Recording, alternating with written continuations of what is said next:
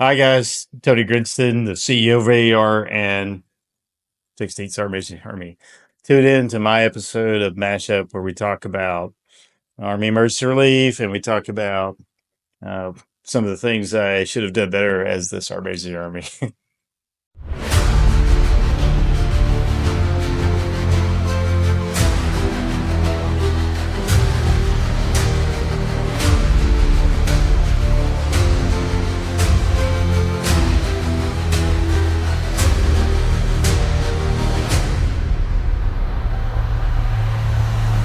Hi guys, welcome to the Mashup. I'm your host, Sergeant Thomas, bringing you the best military info, insight, and stories. And today we have a very special guest. We have the retired Sergeant Major of the Army, Tony Grinston. Hey, How are you today? doing good. Thanks for having me on Mashup. How would you like to be addressed? I'm sorry. Tony. Tony. Okay, no problem. So you've had an extraordinary career in the Army, rising to the highest enlisted rank. How did you do that? A little bit of luck. I know it's crazy. People don't want to hear that. And it's pretty simple. I mean, I could have got sick along the way, so people don't think that yeah, there's a little bit of luck in that. And the other part is just a lot of hard work. Hard work? Year after year. I used to say, hey, if you can work really hard year after year and you get a little lucky, you might almost have a chance to be the Sergeant Major of the Army.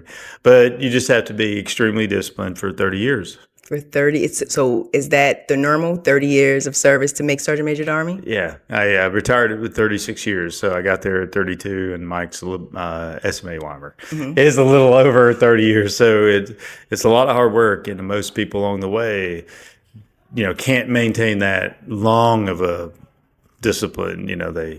They fail or they go, oh, can I keep going? It's really hard, so. I usually just say it's easy. Anybody could do it, but it's actually years and years of hard work and a lot of family behind keeping you straight and doing things like that to help you stay on the right path. So it was incredible. When you first enlisted, did you ever see yourself making it to that rank? No, not at all. No, everybody's like, no, you saw it. I was like, no, I didn't. I mean, I might have said it because like every soldier says, oh, I'm going to be the Sergeant Major of the Army. Yeah, the probability is very low. In all reality, I don't think I ever saw that. I think I never saw me past like the first 2-year enlistment. And I was like, I'm not doing that. I'm going to get to the next enlistment. And I didn't really think I would probably be the Sergeant Major of the Army until I got to maybe a Corps Sergeant Major. So when you got the call that you were being selected for Sergeant Major of the Army, what ran through your mind? What were your emotions? And it's like the dog that caught the car. Now what? So now what do you do with it? And most people don't realize there was a lot of turmoil in my family with this. It was a lot of excitement in the beginning, and then it was like, oh my goodness, we have to move. And some of the turmoil in my family, to be honest, was my daughter was going into her senior year in high school. So I got announced in June, and it was like, Dad, I don't want to move. It was her third high school. And so we actually tried to get a plan on her staying there in Fayetteville, and it caused a lot of angst. I told all her family, I said, I want to move as a family, and the good news is we all agreed to do that. And then later I asked her, I said, how did you like it? It's like, Dad, I'm so glad I moved. So it worked out, but it came with a lot of anguish. How did you prepare yourself for that type of leadership? You don't. Well, I think that's the good news is, my whole Army career prepared me for that moment. And I just saw things along the way that I want to make a difference. And that's how, year after year, you just kind of build on that. It was hard and it was very challenging. One of the most challenging jobs I had in the Army, easily. But I think the whole Army had rolled up into that culmination of 32 years, and all of a sudden you're the Sergeant Major of the Army. So I think the Army is somewhat prepared, but there's no other job. There's no other job like it. Clearly, there's only one Sergeant Major of the Army, but there's not. You say you're prepared until you get there. So there was still a very steep learning curve. So did you have to, what's the word I'm looking for? So did you have to put in like a board packet for it? Like a lot of us soldiers down here don't know what that's like up there. It was the vote. Everybody voted me in. No, that had nothing to No. do. Yeah, so Okay. I tell you. So I was like, really? I missed that vote. No, there's no vote. So yeah, you did a position. They'd send out a note and said these people qualify. Okay. So a lot of people don't qualify. You're just not going to let the brigade sergeant major #1 be the sergeant major of the army. So you have to be at a certain level. They'll say, okay, 3-star sergeant majors and above, you get to apply. You put your name in, you put a packet, you submit your PT card, you submit some other things. You got to get letters of recommendation, and then that goes up. They evaluate it, and at the time you would go through a board. Actually, you took a PT test. It's like, yep, for record. Really? Yeah, as the sergeant of the army, yep. PT test. Then so you had a board packet, you had to do a paperwork submission, then you had to do a physical test, then you had to go through a board, and then there was an interview. After the board, there was a board of officers, 4 stars. Be nervous. Yeah, I know. He's so nervous. And everyone's like, I still remember one, 2 officers, I can't believe sergeant majors were nervous coming in here. I was like, okay, you're about to go in a room with 4-star generals. You don't know the topic, the Army.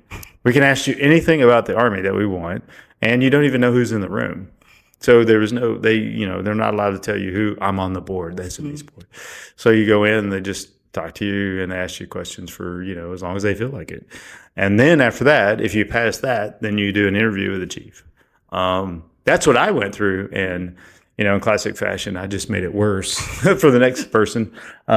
We did a board packet, but then they went through a whole, like what the battalion commander's assessment program was and what we're doing for the Army. So they did a writing assessment. They had a cognitive, non-cognitive assessment. So they took a test on a computer that talked about their ability to process information. Then they had to do a mock hearing, and then they did a press briefing. Then they did an interview, and then with a panel of general officers, and then they had an interview with the chief. That's a lot of steps. Yeah, it's not easy. That's a lot. Yeah. So while you were doing all of that, were you thinking like, I know I'm going to win, or were you just waiting to figure it out? No, absolutely not. I was waiting to figure it out. So I was like, I really wish they would tell us something. It drug on for a few months. I'm like, hey, could you just tell me? So it does go on for a little while, and they're so good. The people I competed with, and even the ones that SMA Weimer competed with, all those were really talented sergeant majors. So I think that my one thing I would tell anybody that ever gets to be the sergeant major of the Army, don't think you got there because you're just that good. There could have been 4 other people that could have done the job, I think, as equally as well as I did when I was the sergeant major of the Army. They were just good people. And I think for some reason they chose me, and I'd hope to say that I did a good job. That's good. So throughout your career, what do you think was the biggest challenge you had to face? Everything. The biggest.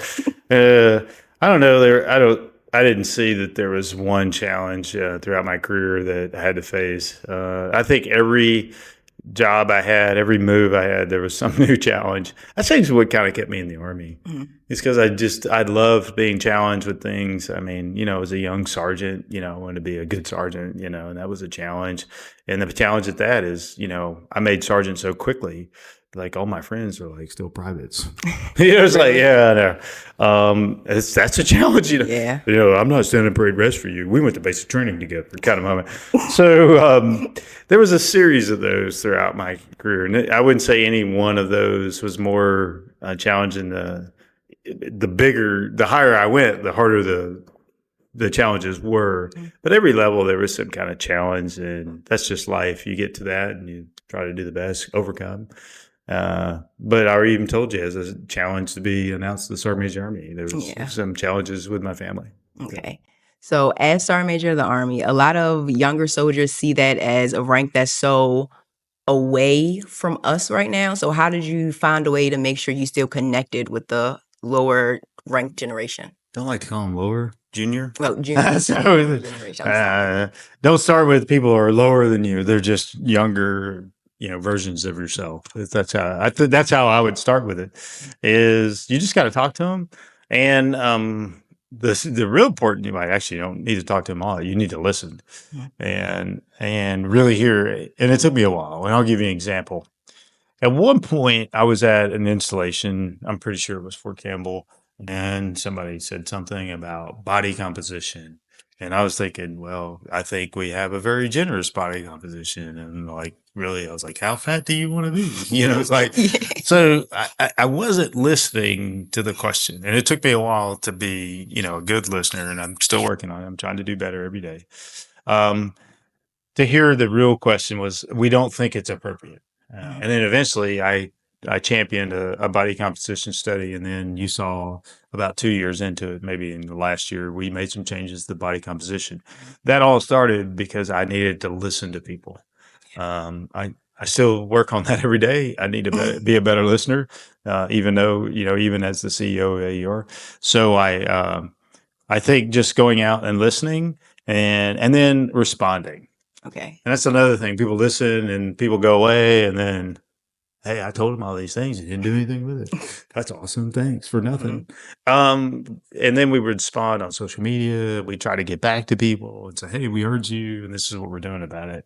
So I think that's the first listen, and then eventually just say, sometimes it would be no. Mhm. Like I said, no to beards. And still people ask me about beards. It's been 2 years. I'm like, stop asking me about beards. So I don't care. I'm not Sergeant Army. But the point is that you listen and then respond. I think that was the biggest way. I just really did a lot of travel and tried to stay connected. Mhm. So, what do you think the biggest issue with soldiers having beards is? I told you to stop What? asking me Yeah, about beards. I, I I said mean, it. I people want just to said it. know. And then as soon as I say it, People, stop asking me about beard. everyone's asking. Okay. Like that has to There's be a the new reason. version I have of this now that I'm not in. First of all, eventually I said, because I told you so. And that was at the end because I gave you all the reasons. I said there's reasons why we can prove that your mask doesn't, work when you do it. So there's some readiness issues. It literally will not sit on your face with a beard. It just doesn't. So if we're going to go to war with Korea or Russia, there's going to be times to wear a mask. It's a readiness issue. We practice, we train that way. And then the other part is the new version of me is I think that there's people that just want a beard just because they can. And I think that's incorrect. You join the Army, you wear a uniform. Yes. The Army tells you to wear that uniform. Well, I don't want to wear that uniform. Okay, I got it. They tell you to get up in the morning. You don't want to do that. But you fall on your sword for the beard. When all these other things, my fear is at some point, I may tell you to do something really hard that you don't like to do. Mhm. And it may involve bullets and shooting. And then all of a sudden, well, I just don't like that rule.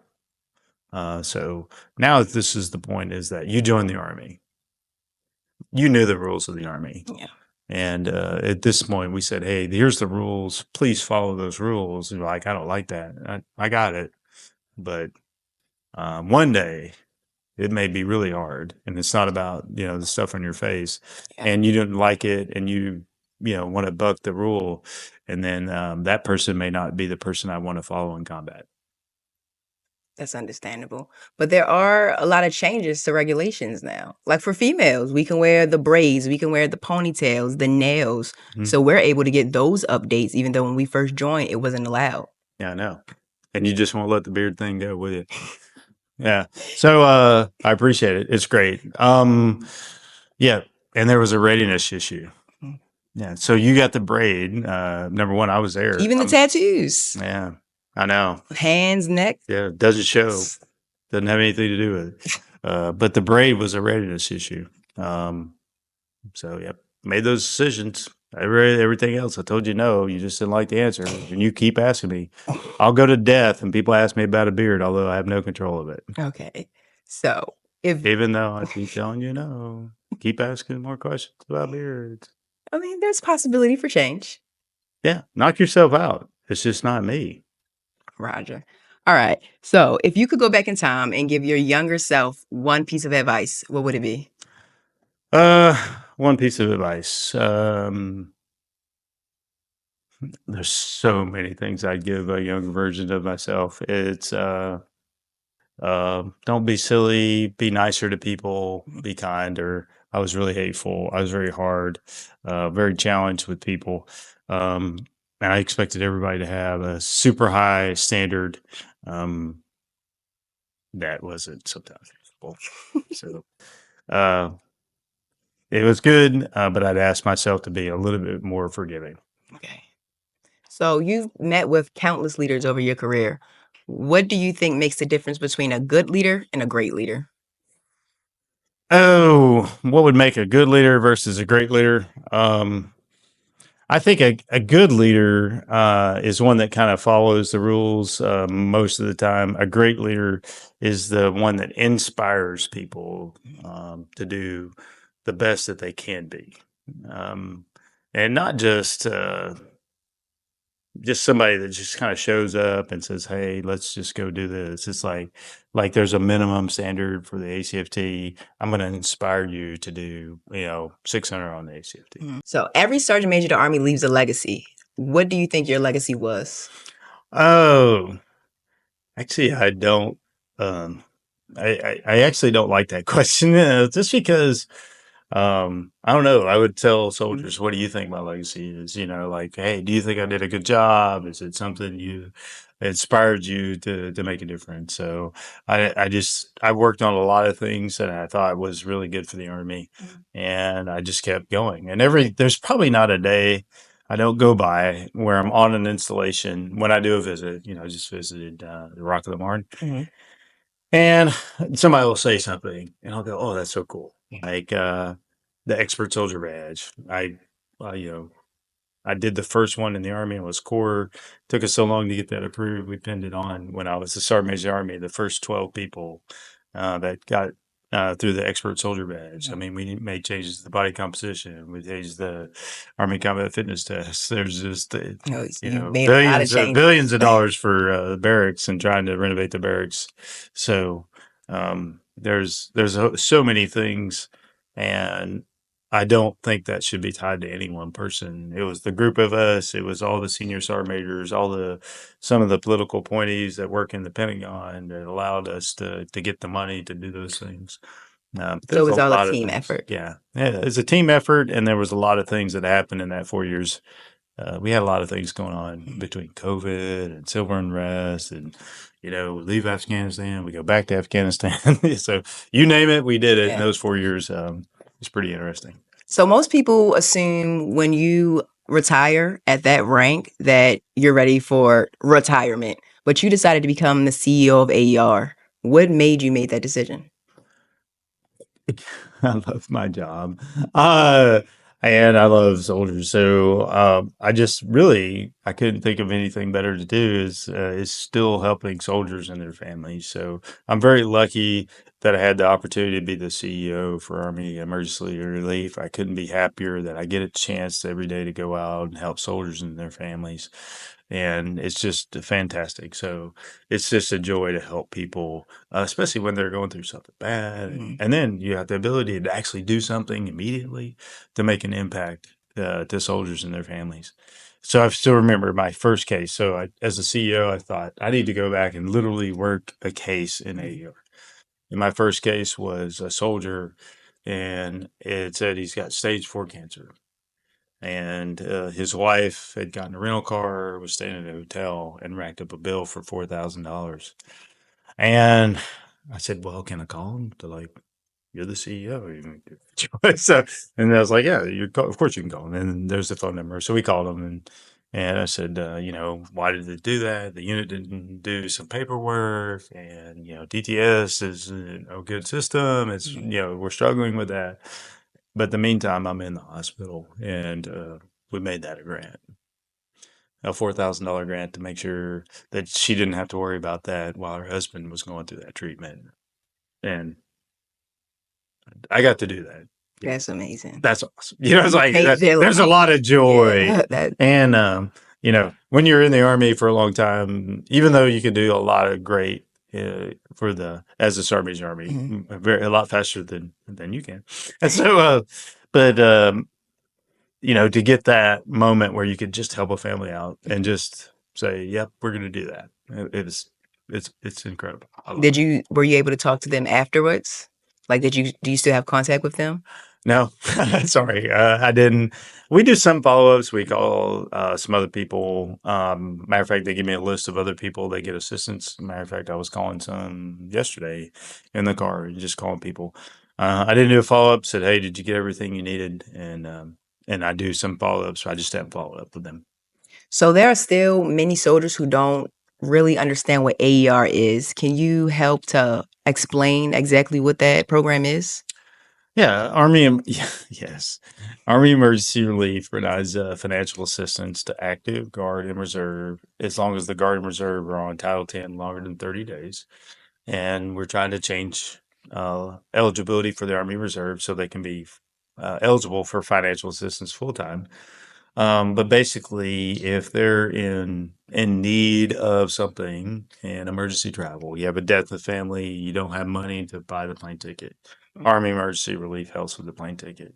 If your house gets, destroyed by a hurricane or you got some damage, AER is there to help you with financial assistance. We're not going to go rebuild the house, but we can help you out with some money to help you out in those times when you need it. How is AER funded? Yeah. It's my favorite rumor. It's like, oh, we get all these appropriated funds. We get no appropriated funds. It's all through donations. Through donations. Yeah. So when we're at the PX and it says donate to AER, those actually go to that service. Yeah, it goes to AER. Yeah, yeah. You hit the button. Yeah, the dollar comes. What they do is they'll roll it up to AFES, and the AFES, I think once a month, they'll go, hey, we got this money. And then it comes back down to the AFES headquarters back to AER. So what do you think is the biggest misconception that people don't understand about AER? Oh my! Well, there's a whole bunch. I ask this all the time. I was like, "Hey, what's your best rumor about it?" The most consistent one is all we do is loans. I'm Mhm. like, okay, well, we did like $50 million in loans, but we did $20 million in grants, and we did $3 million in grants for Mhm. hurricane relief this past hurricane season. Really? Grants, you know. That's good. But we do a lot in loans, but Mhm. that saves soldiers. That's a interest-free loans. Yeah. Soldiers do a lot in interest-free loans. I mean, that saves you a lot of money if you haven't got a loan lately. Those interest rates are real.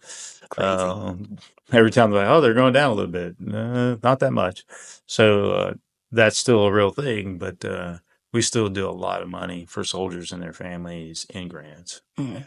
and scholarships. So we did about $12 million in grants, about $8 million in scholarships last So year. how do people apply for the grants and scholarships? Well, right now you got to go to your Army Emergency Relief Office. There's multiple ways to do that. You can go to Army Emergency Relief Office, say, I qualify for one of these categories. You can see them on the internet, what the qualifications are. You can actually, if you're struggling and on your joint base, you can go to a joint base and go to their Relief Society. So we have an agreement with the Navy Marine Corps Relief Society and the Air Force Aid Society. If we have a soldier that needs assistance, they will, if they qualify, they'll give them the money, and then they'll get the money from us. And here's the one that most people don't realize: the Red Cross. Red Cross also. Red Cross. Mhm. Yeah. So if you're an active duty soldier that qualifies for assistance from AER and you get assistance or money from AER, from Red Cross, it more than likely gets billed to Army Emergency Relief. So every morning, the headquarters goes in and Red Cross will send us all these soldiers that they help throughout the world. And then we work those, putting them in our system. But you think you got money from Red Cross. But it's And really believe it or from not, AER. it's actually AER. That's My favorite story was well, I was talking to a sergeant major, like, it wasn't AER, but Red Cross really helped me out. I'm like, that was AER. So, anyways, it's a great. Those are great rivers, but Mhm. that's what we do. So how do you plan to evolve the AER program? We're always changing. I just first thing I did is told everybody I want to be the number one nonprofit of choice. I wanted people to think of, if I'm in need, call AER. So a lot of times you go to your credit card, you go to loan place, you go somewhere else, somewhere else. You should see if you qualify for assistance with AER before Mhm. you start running up your credit card bills and other things. Number one, nonprofit of choice. Just think of us. We are here to help soldiers and their families. That's number one. I told everybody, all the AUROs, find a way to say yes. If people come in, see how we can help them out. But there's some really tangible things. We made emergency travel a full grant. Mhm. So it used to be if you qualified airfare and you needed airfare, you would get 50% loan and 50% grant. We made that a full grant if you qualify for AER assistance. The next one that we're working on is hopefully soon we'll do an online application.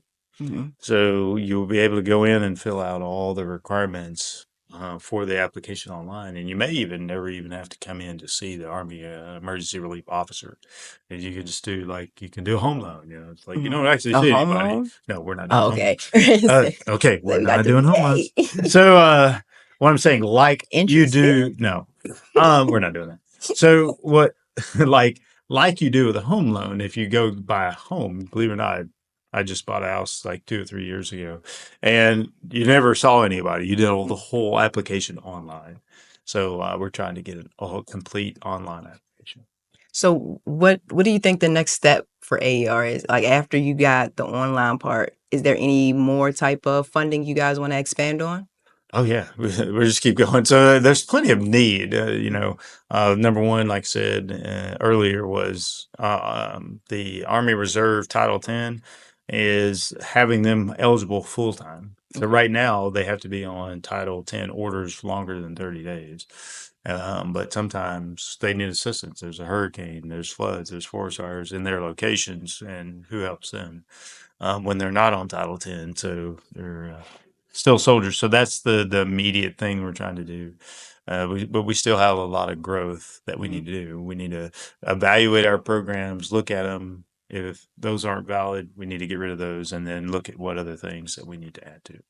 Are there any other programs that you've been wanting to look into besides AER? Well, I run AER, so there's nothing outside of AER. Yeah, is there any programs Yep. that I want to expand to?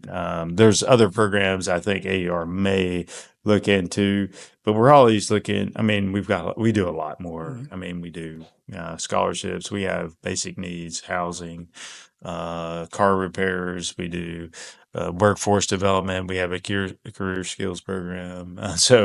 We're constant. We got, like I said, we got scholarships. We do some healthcare. Believe it or not, cranial helmets. A Really? cranial helmet is when a child's born and their head is somewhat deformed. Um, what happens? TRICARE comes in and says, "Well, that's cosmetic. You know, it's got this thing, and you need a helmet. Those helmets are thousands of Yeah. dollars."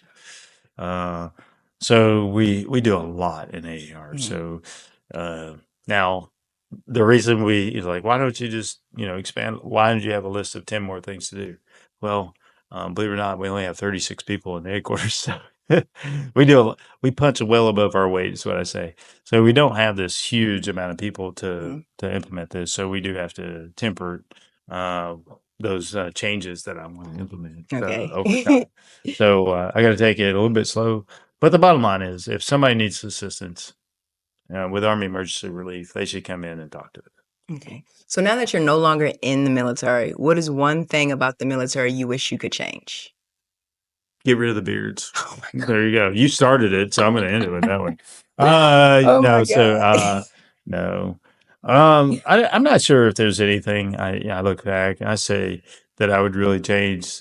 Soldiers are great. I trust the chief of staff of the Army and Sergeant Major of the Army, Mike Weimer, is they're going to do everything that they need to do to make sure that when called upon, the Army's going to be ready. Mhm. So I don't. I don't look at anything and go, man, I wish that back in my day, like that's not going to be me. I'm still the Army's biggest cheerleader, Mhm. and I don't like it when people talk even a little bit badly about the Army. So how do you feel about soldiers posting on social media in their uniform? 'Cause Uh, that's a I big think that's topic. for somehow that feels like a trap that somebody's going to get in trouble for or something like I don't know. I really. I mean, I posted on social media in my uniform. Mhm. I'm pretty sure I was Sergeant Major of the Army. I posted some things. So, um, I think that's soldiers are going to do that. Now, if you're posting in uniform for your own profit, I think that's the no-no. If you're trying to get a message out, which I was Sergeant Major of the Army, I did all. I posted a lot on the internet and to get a message out. I mean, that happens all the time. Yeah. Basically, it's not. It doesn't matter how I feel. It's what does the Army regulations say? Mhm. So follow. In this case, I would say pull up the regulation and follow what that says. Um, and if you need a regulation, then probably somebody needs to look at that and change it. So There's So like mixed emotions there. yeah, this is in the regulation. So it says that it's allowed, especially if it's good content.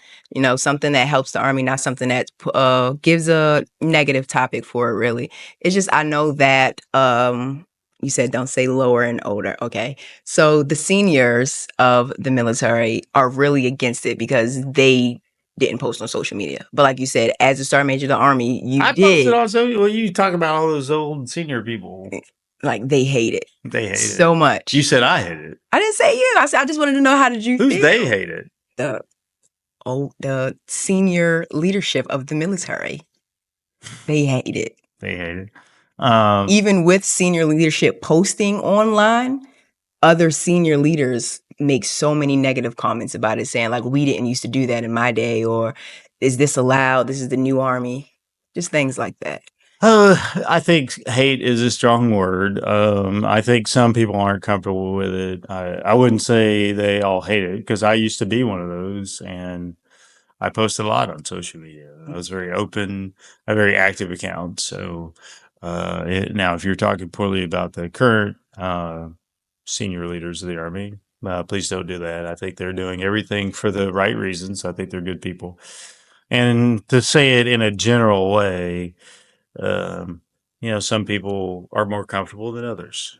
So I wouldn't say they hate it. I wouldn't say, but with social media comes some risk. Everybody acts like, oh, you post it and everybody loves you, right? They don't. Sure. Yeah, I know. So, yeah, it comes with risk, comes with hate, and sometimes, you would never say that to me to your face. So why would you say it online? So I don't think it's a hate. To me, it's an understatement, and then, or if it's a little bit of overstatement, some people I would say aren't comfortable with it, and I would also say that, on the other side of that is some people can be really nasty. They can be hateful on social media, and they would never do that in person. So I think you shouldn't do that. If you can't say that in person, then don't say it on the internet. Yeah. So a lot of young listeners listen to this podcast. What is one piece of advice that you would want to give to all the young soldiers out there? To all the young soldiers, there's go. You joined the Army, so be proud of the Army that you joined. If you're talking bad about the Army, and I personally think you're talking bad about yourself. So one person can make a difference in the world, and I say that, and I truly believe it is that you should be the change you want to be or see in your leaders. And a lot of times, like, oh, they hate me and social media. It's not true. So just be that change you want to be, and sometimes we're trying to listen to all these things around us, and you're trying to be something you're not.